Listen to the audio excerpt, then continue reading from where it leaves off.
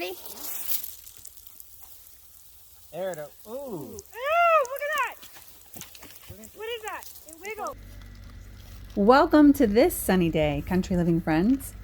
The 2 days that are coming up next are forecasted to be lots of rain, so we spent several hours together in the garden today.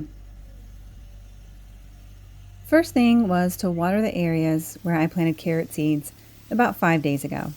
Now, if it was summer and hot and dry for long periods of time, I would have used something to help create shade over where I had planted the carrots to help keep them moist, but since it's early spring and it's cool and cloudy and raining pretty often, I have not covered any of the plantings with anything. I've just been dedicated to keeping the areas moist. So between rainy days, I'll just come out and water once or twice a day. And my first planting is growing along quite nicely. So I'm hoping the second planting decides to be as agreeable. The original plan was to get these strawberry beds filled in sooner with dirt and to just hopefully kill all the strawberry plants, but the ground has been so wet here this winter that we haven't been able to get the dingo over with loads of dirt to fill this. So we're getting to it today. We're just gonna smother these with dirt. Hopefully they mostly won't come back. And the current plan is to fill these 2 beds with some wildflower packs.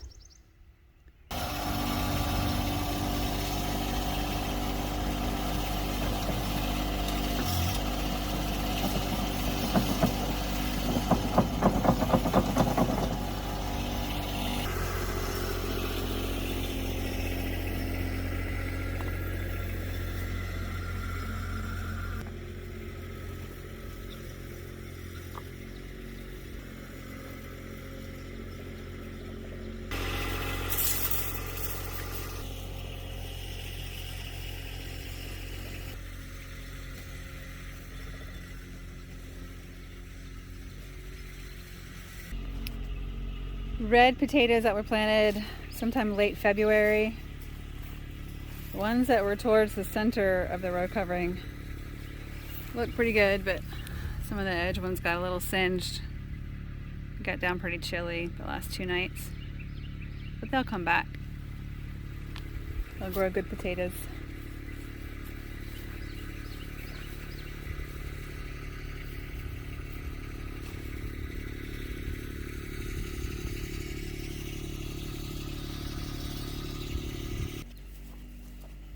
It isn't tomato planting time yet, but as with last week, when I installed my tomato cages in order to decide where to plant the carrots, today I needed to determine the spacing for onions.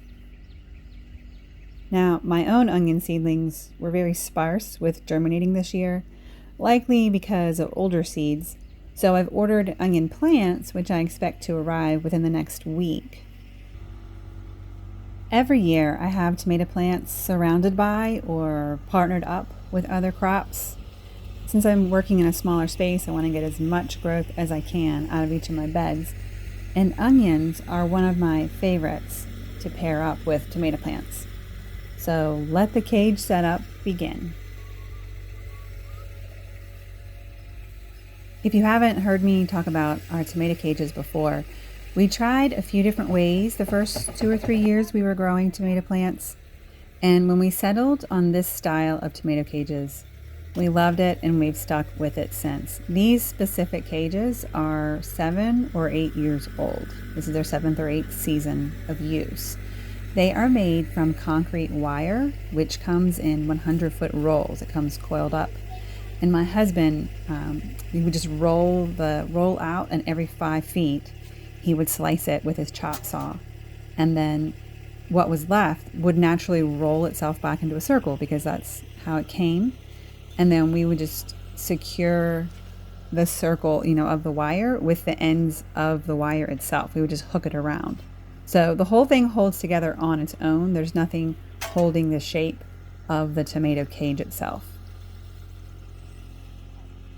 This style of cage is pretty secure standing on its own, especially with a tomato plant vining all through it. It really firms it up. However, a really strong thunderstorm or heavy winds could potentially knock it over. So we do secure them with metal fence posts and zip ties. And it only takes one zip tie, just enough to hold it onto the fence post. Do it on this one down low right here. So do I go? Nope, down low and do an X shape. Yep. Down low, the lower end. There you go.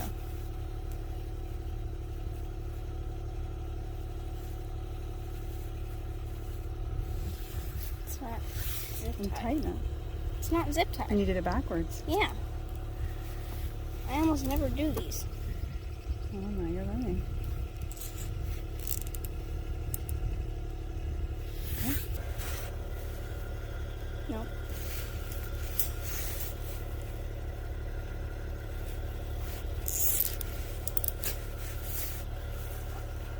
Spacing these catty corner to each other, the tomato cages, so that the plant should be approximately 2 feet apart all the way around. And then the blank space underneath each and between all the tomato plants will be filled with onions. The onions will be harvested around July. And then as those tomato plants keep growing, I usually put in green beans or lettuce underneath while the tomato plants are producing. And then I wait until the tomato plants are ready to harvest and be pulled. And then I'll use the whole bed for fall brassicas or garlic to go in. 6. I think 3 more. I mean, you've got 2 here. Daryl, it looks like we have enough here. We do. And then as I work my way down the row, I'm also positioning the soaker hose for its permanent summer placement.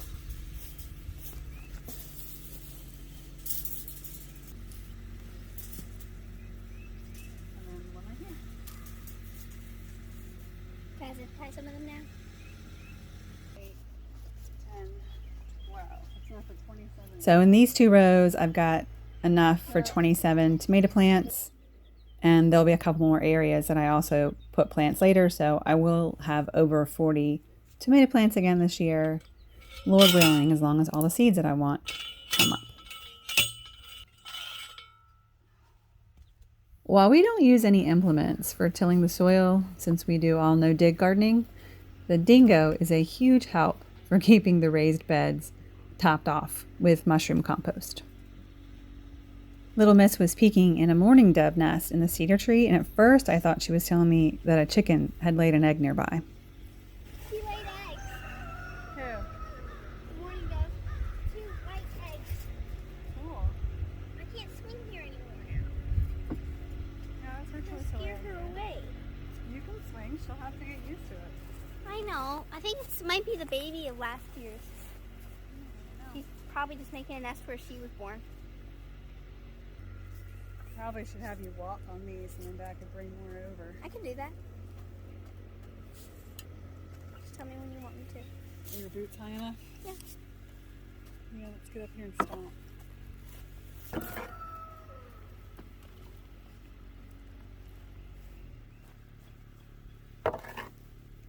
Weirdest job ever. I think I'll go up and down instead. Whoop.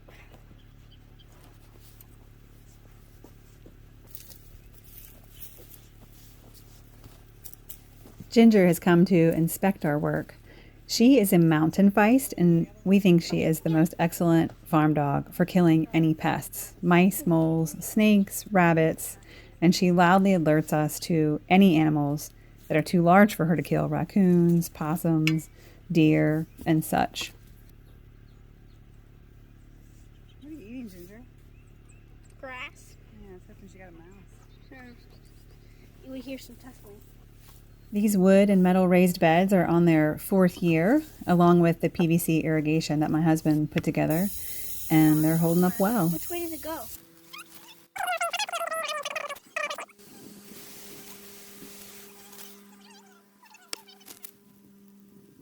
So, why is this one shooting up so high? Which is more pressure closer to the front.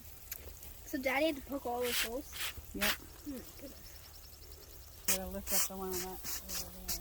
So we took this PVC irrigation off several weeks ago when we were thinking we were going to fill the beds back then, and they've been laying on the ground ever since. But now that the beds are filled, we're putting them back in place.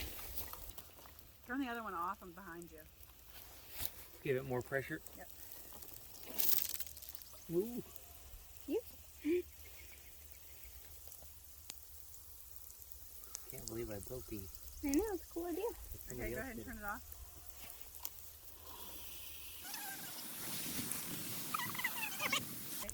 Now, see what comes globs out the ends. See, it's not even straining out of this.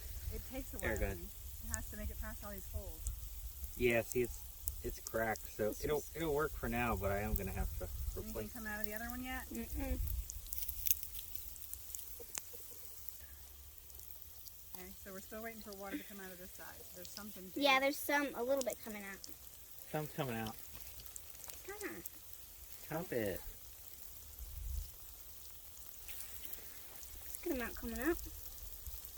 Yep. Flowing, I would think that's probably, hold on, let me look at that side. Yeah, there's Oh, there we go. There's something coming out. There's something large in there. You can take it apart here. Okay, You can turn the water up. I'm just trying to let it plug and see if it, Softens it up a little. yeah. There's more coming out. Bits of stuff. It's gonna keep coming Can you turn it off? out. No, This is stuck. you glued that one. No, I didn't glue any of them. It's just, Can you turn this off? so it looks like, if I had to guess, it would be right where the water's not coming out. So unplug. So it's actually plugged here. Look, it's plugged so much it's coming out. Turn the That's water right off, here. please. But just plug that into the actual water pressure. It's just gonna blow it out this way. Okay. Here, take. Yeah.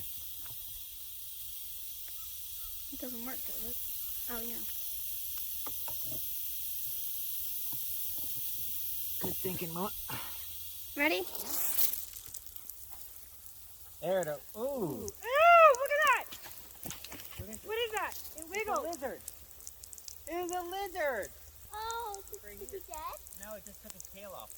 Oh, poor guy. Oh, line. How did he get in there? It was laying on the ground all winter. Oh. That dude was clogging up our water. Lift that up, please. Who would have thought? The home cost him his tail, but he appeared to be alive and well the rest of the day when we checked on him. Glad to see more tomatoes coming up.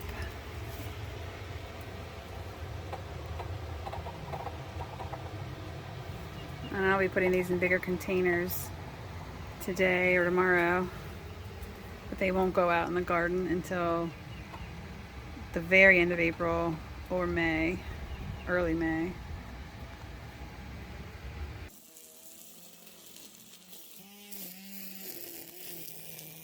We have officially done away with all of our June bearing strawberries. So we ripped some out last year from a different bed, and the ones from these beds are now buried under 5 to 6 inches of compost. The irrigation's ready. I've prepped the beds, and I am planting a variety of wildflowers in both of them. Oh, look. I caught the little lizard without his tail. See? He's still alive. He's making it around. Gonna go sun himself on that piece of block. Any strawberries that are strong enough to come up through all that dirt deserve to be alive, and we will eat whatever fruit they produce if we can get to it amongst the wildflowers that hopefully grow.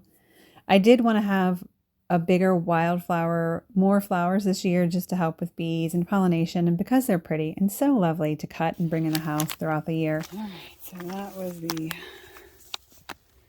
fragrance. Are those going to be long-legged wildflowers? It's a bunch. The reason I was going to put them in one of the beds up there, but then I read that it's a mixture of annuals and perennials. So I don't want to have a hard time getting rid of them. I need to. Little lizard's here, What's that? He's still there? sunning himself. Yeah, trying to warm up. I put him in the bed, so did he move himself over there? Uh-huh. Yeah. I was going to put the wildflowers in the same bed where my brassicas are right now. I was going to plant them a little later as the brassicas were coming near their end. But then I decided I really didn't want to have to rip out any complicated perennials or any other flowers from that bed in order to use it for vegetables again the next year. So that's why I went ahead and moved them down to these beds because I didn't have any plans for these beds this year since we were covering the strawberries up. I don't want to plant strawberries again until the fall anyway. I did not water these beds today because I knew a lot of rain was coming tomorrow. And when I finished planting these, I did go ahead and plant calendula nasturtiums and some mini snapdragons in one of the wall beds that will later have winter squash in it because I know those flowers are easy enough for me to get out. I can stop them before they go to seed or collect the seeds if I want to, and they still won't contaminate the soil. We have lots of lizard friends. They love the heat from all the block and stone. We call them our little dragons.